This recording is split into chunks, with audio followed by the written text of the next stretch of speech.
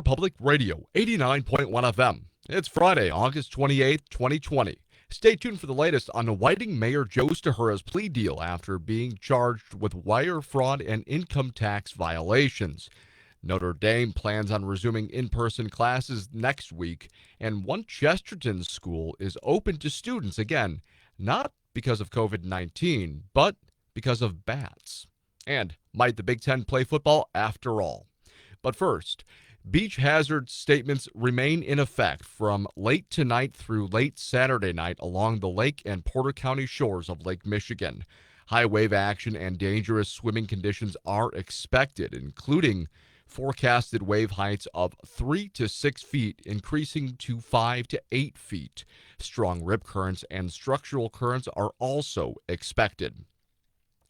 5 of the 9 Indiana Dunes beaches, including West Beach, will remain open, but due to a lifeguard shortage and beach erosion issues, several are closed for the remainder of the season. Indiana Dunes Tourism has an illustrated online map showing which beaches are currently open.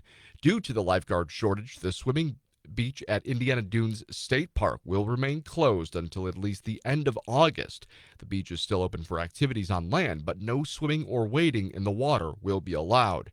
The lack of available lifeguards has also affected the Indiana Dunes National Park. Parking's also been a big issue. The Indiana Dunes State Park and National Parks have seen higher than usual crowds during the COVID-19 pandemic, and smaller beach parking lots can fill quickly.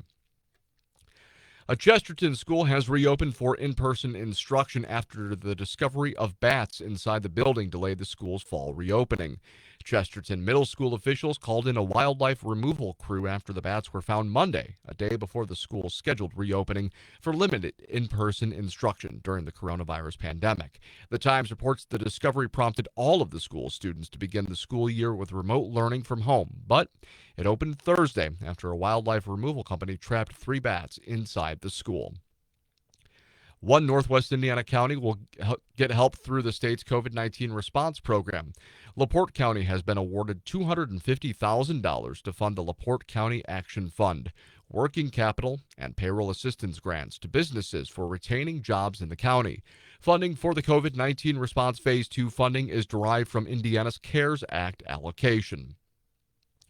Soon-to-be former Mayor Joe Stahura's public career will come to an end as he plans to resign as part of a guilty plea agreement to tax fraud over personal use of over $250,000 of his campaign contributions. He leaves behind as his work in city government, a recreated lakefront, and a revitalized downtown Whiting that has drawn as many as 1 million visitors annually. That includes a new mascot Hall of Fame, as well as Oil City Stadium, home to the Northwest Indiana Oilmen. Stahura's career in public office began as a Whiting city councilman. The Times reports his first obstacle after being elected mayor in 2003 was a $1 million budget shortfall and angry residents whose residential property taxes had tripled overnight. Stahura came into the crisis with cost-cutting and an eventual income tax that restored some of Whiting's lost property tax revenue. He won re-election last year with little or no opposition and a campaign bank account with tens of thousands of dollars, what federal prosecutors said was a great temptation. Mayor Stahura said in a statement, quote, "All I can say at this time is that I used some funds from my campaign account for personal use. I routinely paid it back, but the circumstances have resulted in wire fraud and income tax violations," end quote. He apologized in the statement and said he is, quote, "prepared to take responsibility," end quote, for his actions. The president of the University of Notre Dame says it will resume in-person classes in stages beginning Wednesday and gradually pick back up other campus activities. The Reverend John Jenkins said in a live-streamed address to students and faculty today that with coronavirus cases declining among students, it's safe to return to in-person classes. In-person classes for Notre Dame's 12,000 students began on August 10th, but 8 days into the semester, the university moved classes online for 2 weeks after a spike in confirmed COVID-19 cases.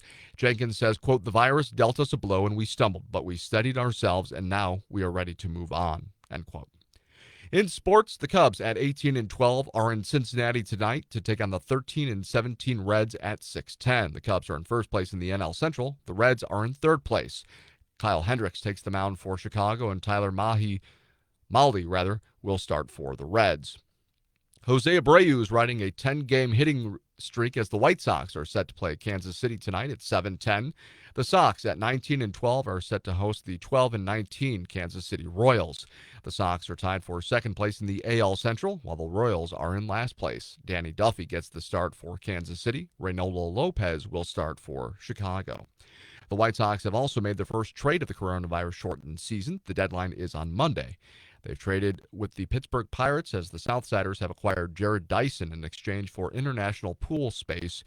The Pirates will receive $243,300. In college football, Bruce Feldman reports that the Big Ten could reverse course on their cancellation of the 2020 season.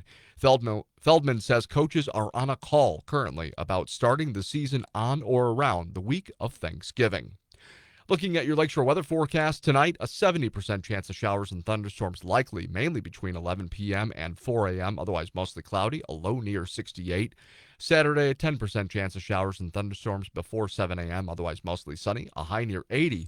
Wind gusts up to 25 miles an hour. Saturday night, partly cloudy skies, a low near 58. Sunday, mostly sunny, a high near 76. And Monday, a 20% chance of showers after 1 o'clock, otherwise mostly sunny, with a high near 80. For Lakeshore Public Radio 89.1 FM, I'm Tom Maloney. This has been your Midday News Update. Thanks for watching, and don't forget to share.